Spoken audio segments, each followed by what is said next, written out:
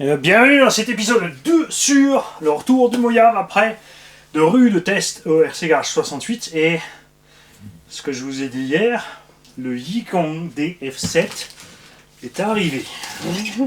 Maintenant il faut rester concentré mon petit Mani, ne pas ouvrir ce colis, ne pas faire mumuse avec parce que tu as du travail. J'en remets vite en tête, on était avec... on a parlé des roues, des zigzags, de la carreau, des protections, variateur, température, protection variateur, voilà on en est. Existe bien sûr aussi les housses Dusty qui se velcrotent sur le côté pour tout fermer. Je suis pas un grand fan non plus, coupe quand même beaucoup l'air. C'est bien en hiver quand c'est dégueu, mais vous avez vu qu'en général je les mets quand même rarement. Là aussi chacun son choix. Les solutions simples dont on a déjà parlé dans d'autres vidéos, c'est d'utiliser une carreau de buggy. Tu mets ton plot de carreau de buggy là, bien sûr, ça va pas pile dessus parce qu'il y a la bâche barre maintenant, mais il y a un petit trou devant où tu peux glisser un plot. Tu peux te mettre donc une carreau de buggy qui va s'arrêter là. Tu feras la découpe pour l'arceau là. Tu peux mettre une carreau de truggy, bon elle passe par-dessus la tourelle. Hein. Ça c'est sans les garde-boue bien sûr. Tu passes une carreau de truggy et tu passes ça par après dedans. C'est compliqué. Mais tu peux mettre qu'un morceau aussi, tu peux l'arrêter avant, il y a des moyens de faire les choses quand même. Il y a pas mal de solutions. Hein. Donc carreau, buggy ou truggy à l'intérieur pour protéger. La housse, les garde-boue, ça commence à venir. Cerveau, on en a parlé aussi. Moteur. Sur le moteur que tu as évidemment, si tu prends un petit moteur de 40-74, refroidissement imposé. C'est obligé d'avoir le ventile au-dessus, sinon il va cramer. Avec les moteurs plus gros, on l'a vu avec les 49-85, moins. Même là, on est en vitesse avec un 750 kV, ça se passe super bien. On n'a pas mis de radiateur dessus, on n'a pas cuit le moteur, on a claqué le rotor, force d'y aller comme un sauvage, parce que c'est un moteur de basse qualité, on le savait dès le départ. Et voilà. Là maintenant, on a passé le 40-92 à bord, un moteur de bateau 700 kV. Vous avez vu au bord là-bas, on n'était pas très content avec un étagement suffisamment grand pour aller assez vite avec l'engin par rapport à ce qu'on voulait. On n'était pas content. Là-dedans, ça se passe mieux, les roues sont plus petites, elles glissent plus vite. J'ai fait un rapide essai juste en 6S dans la rue. En 6S, évidemment, que ce 700 kV.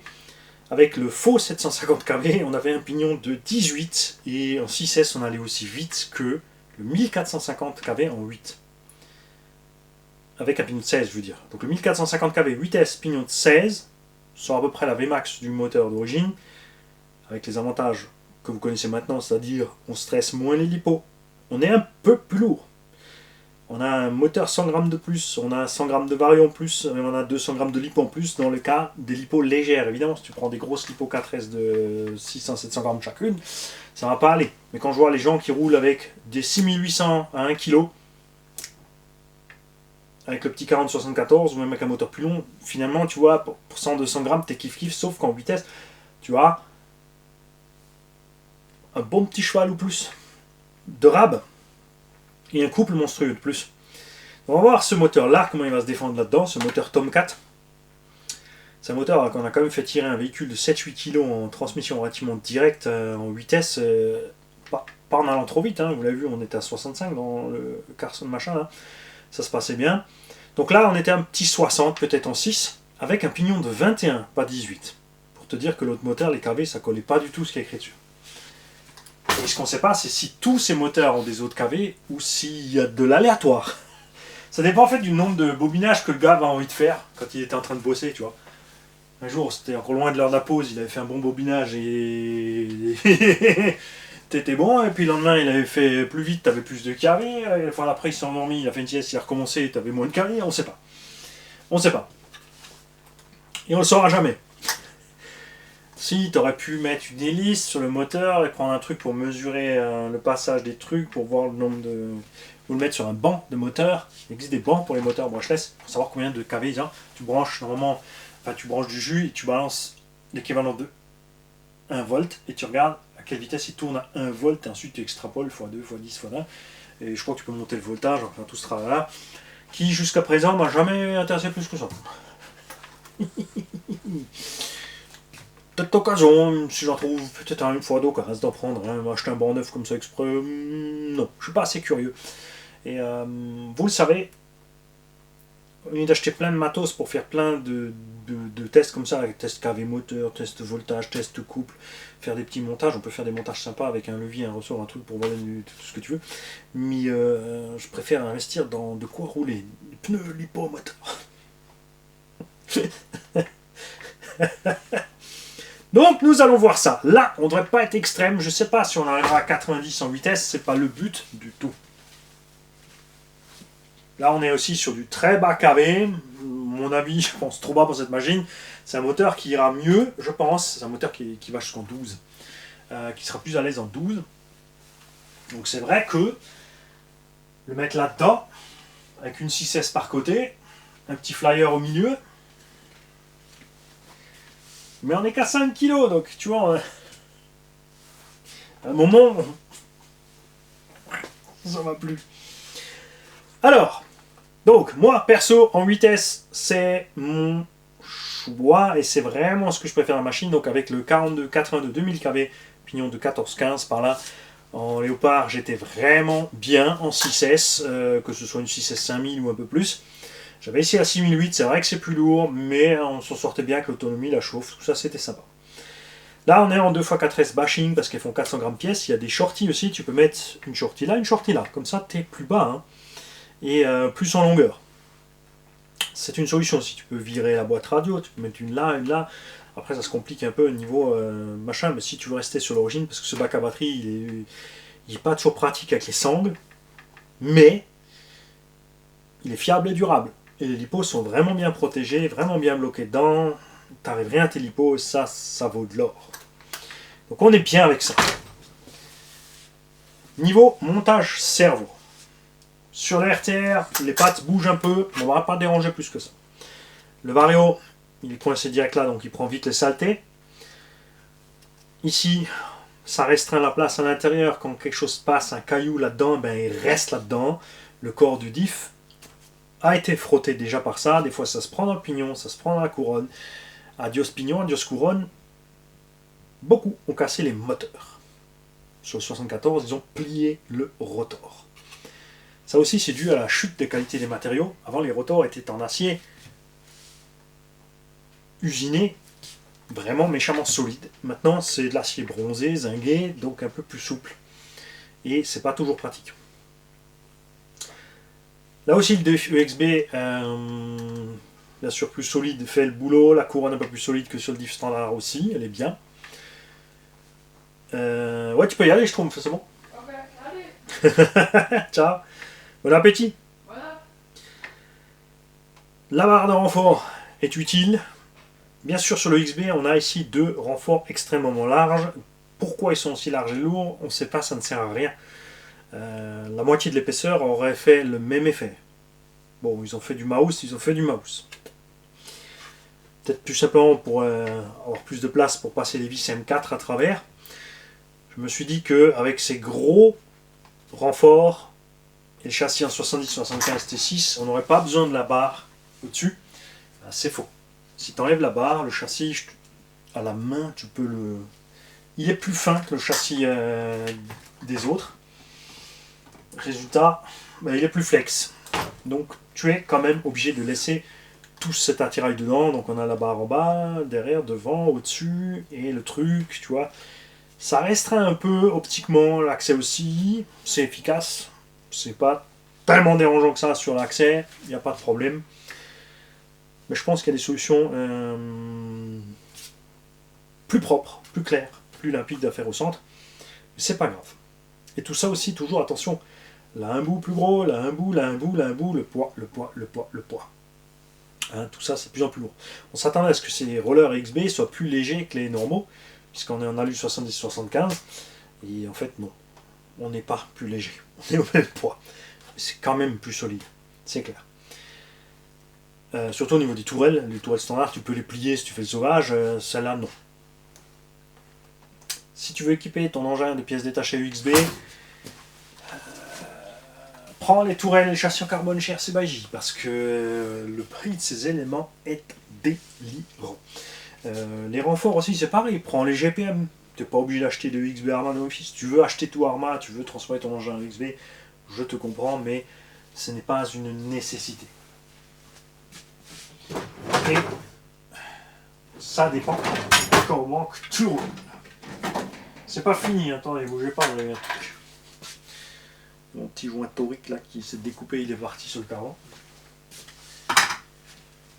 Alors, il y a encore plein de choses à voir. Nous avons vu les roues, le cerveau, varium moteur, pas clipo. On en était. Ici, on n'a que des petites vis M3 très très courtes, parce que de l'autre côté, on est dans la lipo. Ça, c'est sur toutes les ramas, donc c'est aussi un premier éclat. Mais pas arrivé à en arracher. Mais je pense que si tu mets une grosse lipo d'un kilo, 1 kg 2, 1 kg 5, et puis il y en a certains sur certaines accroches ont dû les abîmer. Donc tu peux pas mettre plus long, tu es dans la lipo. Une solution très simple, pour ne pas devoir changer le bac, avec lequel tu auras les mêmes problèmes si c'est ton style de conduite, c'est par en haut, dans le bac, de fraiser le trou pour mettre une tête à vis fraisée, tout simplement dedans. Et dans le châssis, ton trou ici qui est en 3, idéalement il faudrait percer à 3,3. Donc tu prends un forêt de 3,2. 3,3 ça se trouve, mais moins facilement. Et tu fais ton filet en 4 mm.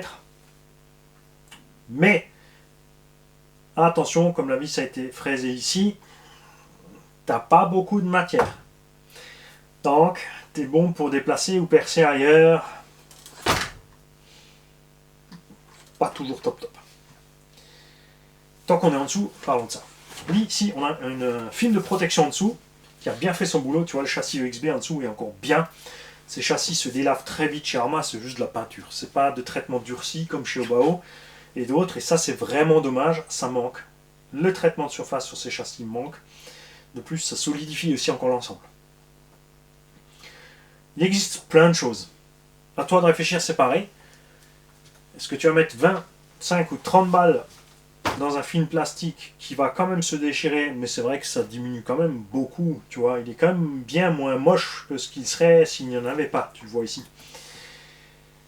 25-30 balles en plus en dessous. Tu peux te faire une plaque en plexi toi-même, tu prends du plexi au magasin de bricolage à 1 mm, 2 mm. Tu te fais une plaque là, et tu la visses ici, tu mets des vis plus longues avec ça, et tu la visses avec ça, basta. Ça va aussi très bien, ou en nylon, ou n'importe quoi, de la récup, de la déchette, tu fais ce que tu veux. Mettre une tôle en dessous, ouais, si elle est très fine, si ça devient épais, ça devient lourd. Il y a plein de solutions, il y a des pour et des contre dans chacune des solutions. Au prix des châssis Arma au départ, ça valait pas le coup, parce que sur Buggy Truggy, mettre 30 balles dans un film vinyle pour le coller dessus, plus les frais de port en général, tu rossais ton châssis, tu mets un châssis neuf. Là, on est quand même à 120 balles de châssis. Ouais, c'est quand même un peu plus sympa. Bien sûr, on salue les skids qui aident beaucoup, bien sûr. Ça aide énormément le châssis de ne pas se faire flinguer, c'est clair. Les bras, donc depuis la génération V5 et XB qui sont devenus énormes, balèzes. Comme dit, on peut quand même détruire les axes 4 mm parce que là, le truc est vraiment balèze. C'est rien d'innovant, c'est rien de nouveau. Les engins de compétition, Techno RC et compagnie, ont déjà des bras de cette solidité-là. Voilà. Tu peux dépoper les portes fusées. Option alu, ouais. Mais tout ce qui se dépope pas là va se répercuter sur la sphère, le filetage ici. Donc des pour et des contre. Ceux qui ont les portes fusées alu, dites-nous tout. Est-ce que vous avez endommagé plus loin? Est-ce que vous êtes très content, pas content? On veut savoir. De ces portes fusées là, devant aussi, il y a un écrou qui maintient la rotule, comme partout. Cet écrou peut se barrer. D'origine, il y a un petit joint torique, ça suffit pas. Il faut quand même mettre une bande de téflon avec, du frein filet, ce que tu veux, pour empêcher qu'il se desserre facile. Si jamais tu le bloques avec un BTR ou une vis, tu n'oublies pas que tu as mis le BTR ou la vis, parce qu'au moment de voir démonter, ça va te bloquer. Hein. Donc faites gaffe à ça. À l'arrière, on est sur du standard. On a très vite du jeu. Ça reste comme ça. C'est comme chez FS Racing, c'est comme chez Coralie, c'est comme chez Hobbytech, c'est comme chez Obao, c'est comme chez beaucoup d'autres. Les grandes marques de compétition très très chères ont un peu moins de jeu au départ. Une fois qu'ils ont pris quelques coups, t'es pas beaucoup mieux que ça finalement. Ça n'empêche en rien un véhicule de fonctionner. Il y en a qui sont perturbés hautement par tout ceci. Les jeux de ce sens, tu vois, regarde comme elle bouge la roue. Finalement, ça n'empêche pas d'aller tout droit, ça n'empêche pas de freiner propre. On fait pas des chronos. Je comprends le mec qui fait des chronos. Mais nous, on s'en fout. Donc vous prenez pas la tête, vous faites pas de mal à aller vous amuser à tout caler avec des rondelles téflon, du truc, du bidule. Roulez, c'est pas grave. Ça passe. Ça passe. Le XB a un autre avantage, c'est que ces tiges filetées à pas inversées sont toutes maintenant inox, parce que les origines, ça rouille. Alors ceux qui roulent jamais dans le mouillé, non bien sûr pas de problème. Ceux qui comme moi roulent partout le temps, c'est quand même sympa. On a eu tout ce qu'on a déployé comme effort pour mettre, on a mis toutes les visseries inox dans Big Mama, tous les axes en inox ou en titane, tout ce qu'on a pu pour que plus rien ne rouille sur cette machine. C'est vrai que c'est reposant quand tu roules dans la flotte. Pour tous les autres qui ne roulent pas beaucoup dans la flotte, c'est overkill, ça ne sert à rien. Et tu vois ici, cet engin a souffert, il a vu la pluie, la boue, la neige. Regarde, tout ce qu'on a fait, c'est régulièrement le petit coup d'huile. Et ça va bien.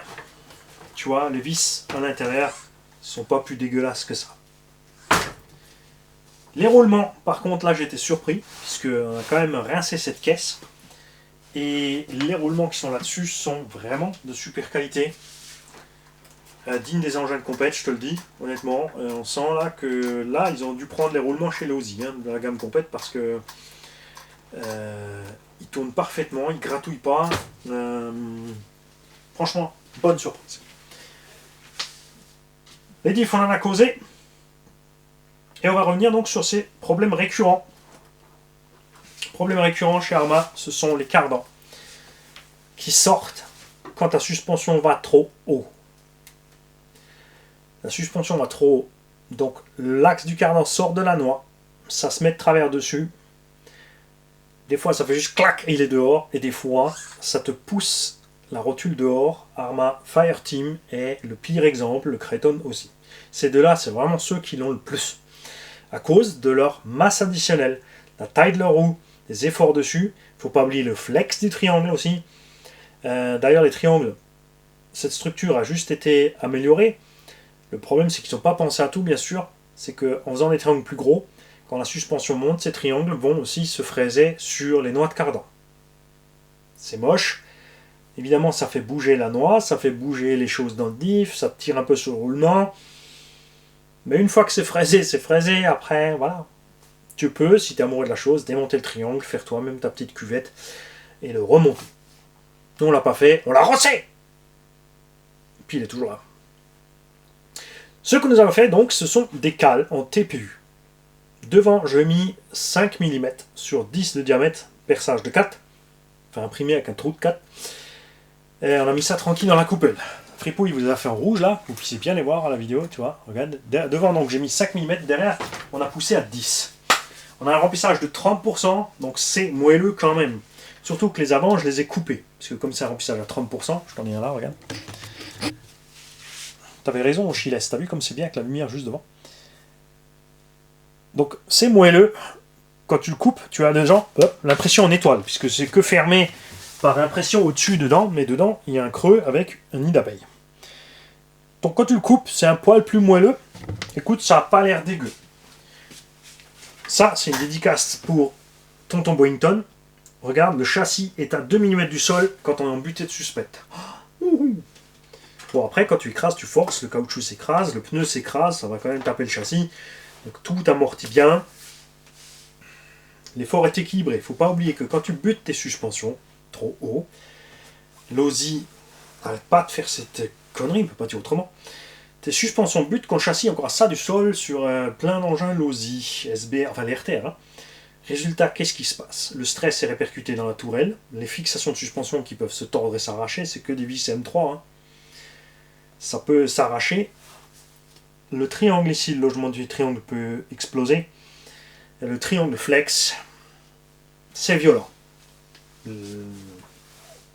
Il vaut mieux que le châssis l'aille taper avant que tout explose. Lui, il encaisse. Suspension d'origine. C'est vrai que d'origine, quand tu le reçois, quand les pots sont dedans, au départ, tu es content, c'est souple, mais dès que c'est un peu sale, machin, et avec le temps, ça descend très vite, et puis après, il devient vraiment mou. J'ai ici à l'avant de la 800 CST, donc pour rouler plus fort, mais en perdant justement ce côté moelleux, j'ai mis de la 1000 CST avec des ressorts au bas Hyper MT Sport Plus, les plats. Ce qui fait que l'avant était vraiment très raide, mais les effets en vidéo étaient très clairs. Là, je suis revenu donc à 800 CST, les ressorts d'origine, on a quand même un tarage important, il reste peut-être 8 ou 10 mm sur le filetage avant d'être à fond sur le tarage. Mais, comme j'ai d'autres engins pour faire le touillon, on va se calmer un peu sur celui-là, on va en profiter plus en SC. Enfin, ça, c'était avant l'arrivée du DF7. Donc, quelqu'un d'entre vous en profitera plus en SC. À l'arrière, on a des ressorts très très longs. Ce qui énerve tout le monde, c'est qu'ils frottent sur le filetage. Ça t'amorche très vite les amortos, ça frotte sur le corps.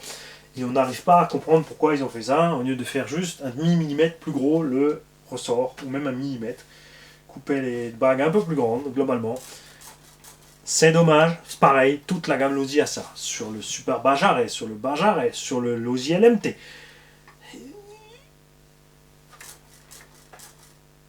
C'est pas professionnel, pourtant ce sont des pros. Si toi tu fais ça à la maison, tu fais ton ressort tout seul, personne ne te dira rien. Mais les pros, ils ont testé, machin, tu vois, premier modèle qu'ils ont eu, ils ont testé, ils ont pas dit ouais bon non attends, ça va pas, non. Eux ils se sont dit ouais c'est bon, allez on s'en fout, ils vont payer, de toute façon on s'en branle de leur tronche au consommateur. Tout ce qu'il faut c'est qu'ils raquent et qu'ils payent, ça c'est la sensation que ça donne. Et chez Losi c'est bien ça, hein. Enfin Horizon Bi. Pas Losi, c'est Horizon Bi. Donc à l'arrière, on a passé de la 600 CST, on a un tarage 1,5 cm. On est bas, mais dans la prairie, c'est ce qu'il te faut. Là, cet engin, tu vas voir, il va aller super bien à la prairie, à l'accélération, il va se tasser, il va rester très près du sol à l'arrière. À l'avant, on va lever un petit peu. À la décélération, on va rééquilibrer. Au freinage, on va plonger. Mais tu vois, ça va s'arrêter. À l'arrière, ça va décrocher. Mais pas trop. Si le terrain est défoncé, il peut quand même monter sur ses suspects. Attention, mettez pas le débattement à fond, pour le même problème de cardan. Et ce même problème de cardan, on l'a aussi eu derrière. On l'a plus sur les modèles EXB que sur la gamme normale. Je peux vous le dire, puisque j'en ai roulé un paquet en normal et un paquet en EXB. Sur le Talion EXB, les cardans sont partis valdinguer beaucoup plus vite que sur le Talion V3 que j'avais. Sur le Mouillave, c'est pareil. Parce que sur les autres, ça arrive devant, mais sur le XB, ça arrive derrière. Devant, c'est un cardan homocinétique, il est donc relié à sa tête. Là, c'est un dogbone, donc osachien, et lui, tout. Et pourquoi je vous précise dogbone osachien, Bash Brother vous prépare toute une série de vidéos qui vont durer 2-3 minutes sur le sujet. J'annonce ça comme ça là, je ne sais pas s'il pourra le faire, s'il aura le temps. Évidemment, il a tout le soutien des connaissances du garage quand il veut pour faire tout ça. Ah, tu pourrais le faire toi? Oui, je peux le faire moi. Mais pourquoi ne pas aider une autre chaîne à le faire, puisque moi je suis là pour ça. Les gars, j'attends toujours encore la relève. On m'a dit il faut laisser la place aux jeunes, machin et tout. Je dis, ouais, ben elle est où la relève? Ils sont où les gars, hein? Ils sont où? On sait pas, ils sont perdus. Donc pensez à aller voir les autres chaînes les mecs. Pensez à aller voir les autres chaînes. On s'entraide tous, on se met en avant. Enfin moi j'aime bien les mettre en avant. Eux aussi me mettent en avant les mecs. Arrêtez de me mettre en avant puisque ça va pas vous mettre en avant vous. Le but c'est quand même que vous me rattrapiez, vous me dépassiez et que moi je puisse aller en retraite. Hein? Tout simplement. Je vous attends. Donc là, on l'a remis, il est équipé avec les batteries, tu vois, on l'a remis à la sauce sortie de la boîte. Un tout petit peu plus ferme parce qu'il est un petit peu plus lourd. 300 grammes de plus. 350. Hein, tu auras le même poids en plus avec la terre, t'inquiète pas. Bon, moi aussi. Hein. Et voilà. Donc ce que je comptais faire, c'était les essais avec ces roues, les autres, les machins, les bidules, mais maintenant j'ai reçu le DF7. Donc il va falloir faire ça avec le DF7. C'est pas pareil, c'est un modèle à pont, celui-là c'est un modèle à triangulation. Alors vous excitez pas, il y en a un qui est top prioritaire parce que ça fait 2 ans qu'il attend une machine du garage. Hein, là-bas haut, quelque part en montagne, mon très cher hôtelier. Je sais que je suis invité chez toi, on viendra, à un moment on y arrivera. On y arrivera. Pare-choc, bien sûr, très important pour l'esthétique du SC, utile pour faire les sauvageons. Point faible, ça plie là, avec le temps ça peut craquer, celui-là une petite fissure, mais c'est toujours encore l'origine. À l'avant, avec le temps, souvent on arrache ici, le caoutchouc sort de la lèvre, c'est facile à remettre. Si jamais tu l'as arraché, déchiré, si tu trouves que c'est trop cher à l'origine, tu peux le faire toi-même. Hein. Tu trouves une petite bande de caoutchouc, PVC ou n'importe, tu coupes, tu fais. Il y a plein de choses qu'on peut faire soi-même. Et l'autre point faible, ce sont ici les ancrages de ces pare-chocs, et non en compression, comme on pourrait le croire. Mais quand tu fais des roulés-boulets, tu accroches, tu tires dessus et tu déchires les fixations de pare-choc avant-arrière. Ce qui est bien, c'est qu'elles sont dispo séparément. Tu peux avoir le patin séparément, tu peux avoir l'arceau séparément, et ensuite la partie intérieure des pare-chocs et la partie extérieure séparément. Ça, c'est cool. Je suis content que c'est pas fait une espèce de lot à 100 balles les pare-chocs. Donc Fripouille a fait ça en 3D. Alors là, on est en 100% en remplissage avec du TPU. On a de la vis M4 à travers. Les gars, j'ai du serrage là-dedans, c'est bloqué. C'est génial. Donc là, tu vois, c'est plus lourd bien sûr que les origines. C'est peut-être un peu trop mouse. On a poussé le bouchon trop loin. D'un autre côté, avec ça, la vache qu'on a la paix depuis qu'on a fait ça. Tu vois, regarde. Ça rentre même pas. Avec l'origine, tu fais ça, les roues vont taper le sol. Donc on est content. Faut qu'on essaye ce moteur, faut qu'on essaye les pneus. Mais il est tout propre. Est-ce que je vais le ressalir maintenant pour aller dehors, après la révision, pour devoir le renettoyer pour notre cher abonné? Ce qu'il faut savoir aussi, c'est que là, les 6 noix, maintenant avec tout ce qu'on a fait subir à cet engin, c'est vrai que là, par exemple, tu vois, on en revient, je parlais du matériel, l'investissement matériel, se prendre le temps, si j'avais fixé ici, parce qu'on a large la place, hein, de fixer proprement le boîtier GPS dans une boîte étanche, de le laisser à bord à chaque fois qu'on roule avec la fonction enregistrement, et de faire le relevé. Déjà, il faudrait le faire ne serait-ce qu'une fois, de faire un relevé de combien de kilomètres on fait sur un pack de batterie. Vitesse moyenne, vitesse max, distance parcourue. Et ensuite, il aurait fallu, ou il faudrait, à l'avenir, ce serait bien d'y penser mon petit Mani, tu as 2 GPS, de laisser sa borne à véhicule et d'enregistrer systématiquement tout. Et quand tu fais ta revue finale, parce que ça la raison pour laquelle j'ai dit je vais arrêter d'acheter tout ce qui me plaît, et parce que c'est bien de déballer un nouveau truc tous les week-ends, mais j'ai pas le temps de tous les rouler, j'ai pas le temps de vous faire des tests concrets. Ça, je suis là. Lui, c'est sûr, vous avez des tests concrets à maintes reprises, hein, on l'a fait souffrir. Le VS2, on n'est pas encore là, on est loin de là, hein, peut-être à 5, 6, 7, 8, 10 vidéos de run de cet engin. Le Max commence à prendre des kilomètres, le Revo commence à prendre des kilomètres, le Sledge pas encore, on est à peine 10-12 packs, le Savage XL pas encore, tu vois. Bon, en même temps t'as 5X packs mon petit Mani, quoi et alors. Et bon, le ST Pro il a pas besoin, lui depuis 15 ans qu'il est là ou 20 ans qu'il existe ce machin, c'est bon. On sait ce que ça vaut, il n'y a pas de problème. Donc celui-là maintenant il a aussi méchamment des kilomètres, c'est intéressant. Le Tankovic aussi. Et c'est quelque chose qui me manque de vraiment, tu vois, là on éprouve le véhicule sur 6 mois, 1 an, 2 ans. Bon, les véhicules que j'aime pas, c'est plus délicat parce qu'ils vont dégager avant. Il y en a qui ont dégagé pour faire de la place pour d'autres. Puis tu te dis après, c'est dommage, j'aurais pas dû le faire, je reprends un. Celui-là, tu vois, ça fait quand même un moment qu'il est là, on l'a bien éprouvé, je suis bien content. J'avais vendu mes standards pour passer sur le XB. Merci à Rémi, c'est grâce à lui que cet engin est là. Parce qu'en neuf, je n'avais pas envie de l'acheter en neuf. Et je vais reprendre cette habitude, parce que c'est chouette le neuf, vous faire des unbox de matos neuf et tout à gogo. C'est un budget conséquent. Surtout quand tu changes à gogo pour vous montrer plein de modèles différents. Quand on revend, on perd de l'argent quand même, hein, je veux dire, tu vois. Donc c'est un budget qui tourne, c'était rigolo, mais Je veux revenir à ça, acheter plus souvent des véhicules d'occasion. Je vais attendre quand ils sortent, je vais laisser faire les autres, leur revue, leur machin. Ceux qui courent après les abos et les chiffres et les statistiques. Et moi, je vais attendre un petit peu. Ensuite, je vais le prendre d'occasion, en connaissance de cause déjà, parce que j'aurais vu où sont les points faibles sur certains, qui sont honnêtes. On se sera bien fendu de la gueule de ceux qui ont raconté de la merde. Et le prendre en connaissance de cause, et pareil, me faire plaisir et justement le rouler 6 mois, 1 an. Parce que je fais pas la course à la vue. Je sais que c'est lassant quand tu fais 50 ou 100 vidéos du même véhicule. Et de l'autre côté, au moment où moi je fais ma revue finale, moi j'ai mon expérience en tête, j'ai mes vidéos. Tout le monde peut aller contrôler. Ah ouais, effectivement, là, il a fait ça, il a fait ci. Ou là, maintenant, je fais ma revue. Tout le monde peut venir et dire ah, t'as oublié ça, t'as oublié ça, t'as oublié ça. Et j'invite aussi, et je vous demande d'intervenir sur votre expérience sur ce même modèle.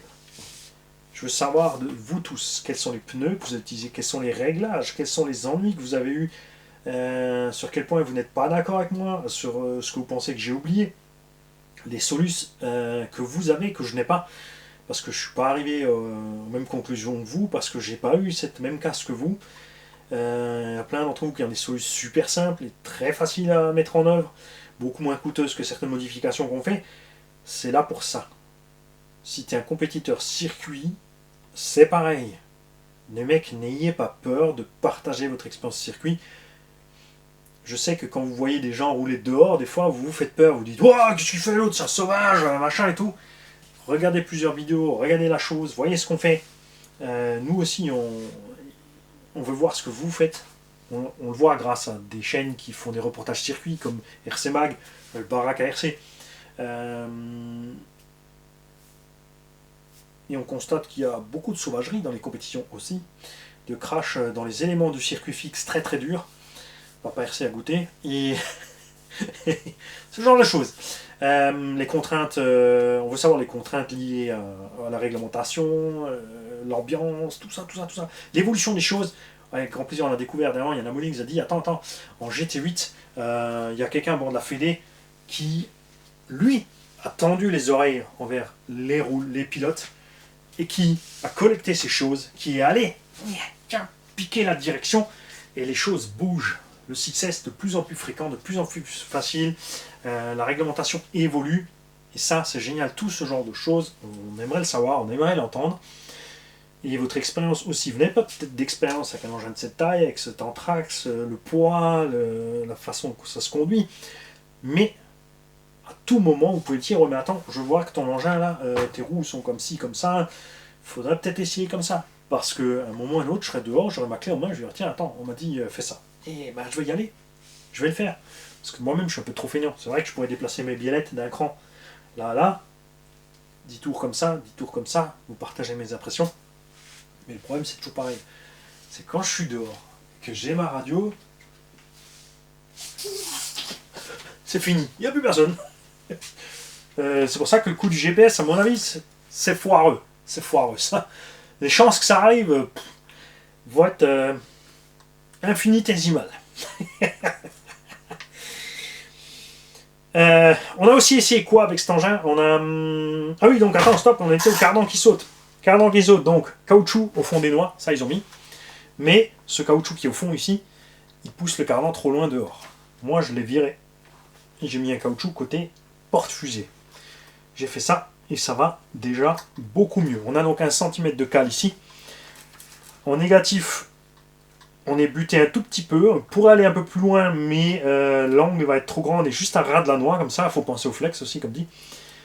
Et quand on pousse dessus ici, avec ce centimètre, on est à ras de la paroi de la noix aussi. Ça, c'est un truc qu'il ne faut pas oublier. Et l'axe de cardan, du coup, reste dans la noix. Parce que le piège, c'est qu'avec leur montage d'origine, l'axe sort de la noix. Ensuite, ça m'est arrivé de plus en plus fréquemment, parce que ça sautait 1 fois, 2 fois, les pièces elles s'usent, elles s'arrondissent, le plastique souffre, il y a des pressions dessus, je parfait les réglages, du coup vous avez vu ce dernier pack, de pire en pire, est arrivé au moment où, t'aurais mieux fait de le faire avant. Donc là c'est fait. On a régler les angles pour que ça ne sorte plus. Mais il est trop propre, tu peux pas le salir maintenant. Et autre essai qu'on a fait donc sur un des Moyaves, c'est qu'on avait viré tout ce qui pèse. Le gros pare-choc arrière, la grosse lame devant, les côtés caisses pour descendre au max le poids. On avait roulé aussi avec le 42-82 en 2000 kV, avec une carotte pick-up dessus, du coup en faisant une espèce de petit pick-up high lift comme ça, juste un peu plus calme. Attention, hein, là où les scales ils vont crier à l'horreur. Juste le look, une carrosserie un peu plus haute que les roues qui sont un peu plus loin dehors à gros crampons. Et ça allait super aussi parce qu'on a viré au final 6 ou 800 grammes sur le véhicule. On a pu rester en 6S sereinement. Voilà. C'est dans cette idée-là que l'autre projet qui est là va, je pense, venir. J'attends impatiemment Yves de chez RC Fast Cars qui va venir nous voir avec le restant des pièces pour faire ça. N'oubliez pas RC Race Modelisme. Ou Race RC Modelisme. Je ne sais pas pourquoi j'ai dit en vrai. C'est rare parce qu'en Allemagne il y a RC Race Shop. Donc Hervé c'est de l'autre sens. Parce que RC Race Shop et lui c'est Race RC Modélisme. Voilà. Ça doit être ça. Hein, Hervé, il va me tirer. Il va me mettre un coup de tromblon, tu vas voir. Pour ça, il va se déplacer, cet animal, hein, pour mettre un coup de tromblon en vous portant dans le tulle, là. T'es prêt? Ça pique! Ouais, c'est du gros sel. De Guérande. Donc, si vous êtes près de Castelnaudary, pensez à lui, là-bas en bas, les kikis. Et Hervé, qui est de retour. Ça vous... Pour les anciens, vous vous souvenez des guignols de l'info? Il est de retour avec la poche pour le mettre. Le pantalon en pâte def. Raymond Barre en jeans. Il est de retour. Hervé Durand en jeans. Je vais passer par là discrètement parce que ça va mal finir pour moi. Alors, je crois que j'ai fait le tour. Hein. On a causé cerveau, vario, moteur, tous les essais que moi j'ai fait donc en 49-85, en 42-82, 92, en 74, en 1800 kV, en 2000. Gaffe, hein, si vous mettez des moteurs, des petits moteurs, c'est dommage. Justement, le Hobby-Wing n'existe qu'en 2200, en 40-74, donc absolument pas indiqué là-dedans. Ou alors, il faut mettre un tout petit mini pignon. Mais vous l'avez vu, au niveau du bruit, quand on a des moteurs comme ça, bas cavé avec des gros pignons sur la grosse couronne.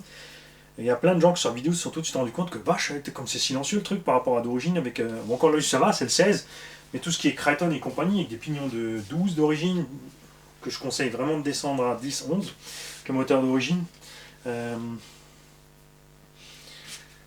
Quand tu mets des pignons plus gros, ben, c'est moins bruyant, plus de dents en contact. Donc on a causé de ça. Les noix, oui, les noix sont entaillées, mais on était méchants. Oui, c'est tout mélangé, mais c'est comme ça, tu zappes pas. Si je te mets des petits épisodes en bas de la vidéo, comme tous là, tu vas juste sur l'épisode qui t'intéresse, et puis le reste.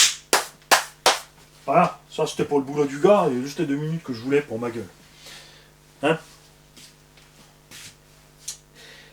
donc les noix, mais on était méchants avec. De ce côté-là, ils assurent. Axe de cardan. Les centraux se sont usés. Attention, n'oubliez pas aussi, je roule avec des huiles plus dures. Ça stresse aussi, ça. Côté roue, cardan, tout ça, là, ça va bien. On a des traces, mais pas méchant. Au milieu, on avait vraiment... Il reste plus que la moitié de... Il reste la moitié de l'axe. Donc, on a changé les axes séparément. Donc, 2 solutions. 1 marteau burin, enfin chasse. 2 extracteurs de chaîne de vélo. Ça va très bien. Tout ce qu'il te faut, c'est de l'axe de 3 au mètre que tu peux couper. En inox, prends pas trop dur. Pourquoi? Parce que si tu prends trop dur, tu vas découper ta noix. Si tu prends pas trop dur, tu vas user l'axe, mais pas la noix. Et l'axe se remplace facilement, et c'est pas cher. Il y a bien sûr Techno RC, X-Ray, X-Ray je suis pas sûr, Mugen qui font des axes à l'unité comme ça. Tu as une longueur donnée, Moi, c'est vrai que j'aime bien mettre un petit poil plus pour avoir toute la portée sur la noix, quel que soit l'angle. Parce que quand l'axe est court, si ça c'est ton diamètre de la noix, ça c'est ta longueur d'axe, quand tu es en travers, tu navigues à l'intérieur de la matière. Tu n'es plus sur la pleine portée, d'où l'intérêt d'avoir des axes un peu plus longs. Pour éviter ce genre de problème. Et un qu'on a oublié, c'est que ça, sur ceux qui font beaucoup de roulés-boulés, ça se déchire très vite. On attendait qu'il fasse une version améliorée renforcée. On n'a encore rien vu, ou j'ai loupé la ref, ou je ne sais pas. Ceux qui savent, vous nous dites ça. Alors ce que font plein de gens, c'est une mousse dedans, rides-en autour, pour éviter en fait à ce machin de s'ouvrir trop et de se déchirer rapidement, ou de se comprimer trop. Ça m'est arrivé aussi sur le premier, ça m'est arrivé là sur celui-là aussi, mais voilà, vous avez vu que sauvage. Bien sûr on l'a planté un peu moins sur la carreau, on a roulé plus sur les roues avec celui-là. On l'a envoyé de temps en temps, mais c'est vrai qu'on a fait, avec l'autre on a vraiment envoyé du freestyle, et avec celui-là on est resté plus dans le pré. C'est pour ça que j'ai remis la suspecte comme ça, pour en profiter de nouveau pleinement dans le pré. Et du coup, oui, Mani, tu dois le garder puisque tu dois le rouler à côté du véhicule à pompe pour montrer la différence. J'ai failli vous reprendre à UDR aussi, les mecs, hein, grâce à un abonné, merci à toi. On va recontacter.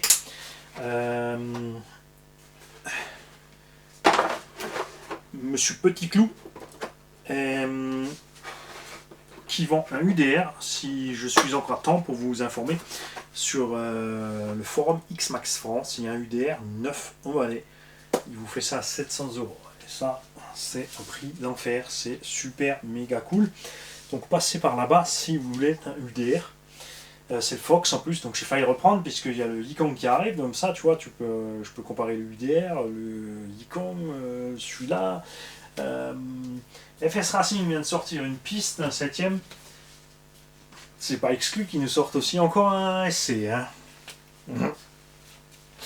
Pourquoi ils font ça? Parce que c'est la même usine. Pas l'Yikon, les autres.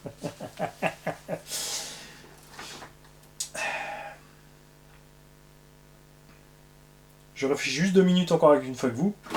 Si on a fait le tour, Karourou, machin, Amorto, on n'a pas parlé des Amortos. Les Amortos. Les ressorts, on en a causé, mais pas du reste. Alors, ils sont durables. On s'en sort bien, on aime bien. Il y a un truc un peu chiant, c'est que ici le fourreau est très vite déglingué. Bouge très vite dans tous les sens. Donc de l'entretien aussi à ce niveau-là. Tu vois, tu as tout ton amorto en fait qui se balade comme ça. Tu as le capuchon ici, ça, ce montage-là, pour moi, c'est... non. On a un capuchon en alu qui a un insert en plastique qui se balade déjà dans l'alu, qui se balade sur l'axe. Donc on a toute la tête qui est toujours en train de se balader en cisaillement. Du coup, tu abîmes vite cette pièce. On dit, oh, tu peux la changer à part. Ouais. Pour avoir ces 4 capuchons, ces 4 petites sphères là, les gars, il faut acheter un kit complet qui contient les rotules de barre stab et 2-3 autres choses que tu n'utiliseras jamais pour 9 €. Au lieu de faire tout simplement des paquets de 10, non, des paquets de 8, des paquets de 12, Mani. Non, 10, parce qu'il ne faut pas déconner non plus. Parce que si. Tu vois, ou des paquets de 6, parce que si tu en mets 8, il y en a un qui va acheter le paquet pour 2 personnes, donc. Si tu mets un nombre entre, ça sera moins rentable. C'est comme ça qu'ils pensent. Clairement chez Horizon Hobby. Donc ça, c'est un peu chiant. Et puis j'aime pas que tout ce coup-là. Ça se déglingue vite en bas. Après, ça ne pose pas de problème. Tu vois bien que ça fonctionne. Sur le talion du nain d'atelier, on avait les trous qui étaient 2 fois plus gros que la tige dans tous les sens. Tant que le joint torique est étanche, eh ben, ça pose pas de problème, ça y va sans souci. Donc ne vous inquiétez pas pour ça. Ça fait le boulot. Il y a des fois les choses comme ça, c'est comme le jeu dans les triangles ou le jeu dans les trucs avant. Ça se déglingue vite, ça se coule dans tous les sens, les ajustements sont pas bons. C'est vrai que cette histoire de Shime, alors là sur les UXB, l'histoire de Shime c'est moins compliqué. Il y a quand même 4 Shime par diff, plus 1 ou 2 dehors. Contrairement à Zobao qui a 0, Traxas 0, et ça fonctionne à merveille quand même. Donc, il y a un empilement de petites choses, il y a des petits trucs, mais au final, je vais là. J'ai pas d'autre meilleur exemple que vous de vous montrer tout ce que j'ai fait avec. Vous avez vu ce qu'a subi le Tankovic, vous avez vu ce que j'ai fait avec mon talion, vous avez vu ce que j'ai fait avec ce Mojave, surtout avec les premiers. Celui-là j'étais un peu moins fort, on a roulé plus vite, on a fait plus de stock car, on a fait moins de figures de fou, mais on l'a pas économisé. Hein. Donc vous avez vu tout ce qu'il a subi. J'ai oublié encore quelque chose, c'est bien que je me suis attardé un petit peu, c'est les cellules de diff. Les cellules de diff, alors ils ont fait des plastiques plus costauds sur les triangles, tout le reste de la caisse c'est de l'alu, mais les cellules de diff sont restées, même si elles sont améliorées, puisqu'on a les renforts en plus là et là, la cellule de diff elle-même est trop pauvre en matos, elle se déforme, et même si vous regardez les vidéos du Val d'Argent, écoutez passer la plupart des gens qui étaient venus en Arma, fin de la journée de samedi ou fin de la journée de dimanche, ils ont tous eu un souci de diff. Les normaux, donc, ça fond, ça sort quand tu fais le sauvage. Ça se déforme au niveau de la cellule, les dents bougent, tu fais sauter les dents. Il faut changer la cellule. À ce propos-là, moi j'ai jamais eu besoin de la cellule GPM. Est-ce que certains d'entre vous ont utilisé les cellules GPM? Est-ce qu'ils sont contents avec, ou au tracing ou autre? Qu'est-ce qui pour vous vaut le coup là au niveau des cellules? Et la fripouille aussi, hein. Donc il avait un souci de diff, il a changé, ça a recommencé, il a fait autrement, ça a recommencé. Finalement on a changé tout le train. On a Crapouille dans la bande qui a eu le même souci. Le Nan Atelier a eu le même problème aussi. Moi ça va. Pour l'instant c'est resté dans un cadre de l'acceptable. Comme toujours, je répète, pour ceux qui comme nous font une utilisation intensive de la machine. Si tu restes en 4S, 6S bridé, profite juste de ton engin pour le voir évoluer, profiter justement de cette suspension là bien crémeuse et moelleuse, bah là c'est sûr t'as pas de problème. Maintenant je file. Tout ce que j'ai oublié, c'est à vous de me le balancer dans les coms et de me tirer les oreilles. Salut les kikis.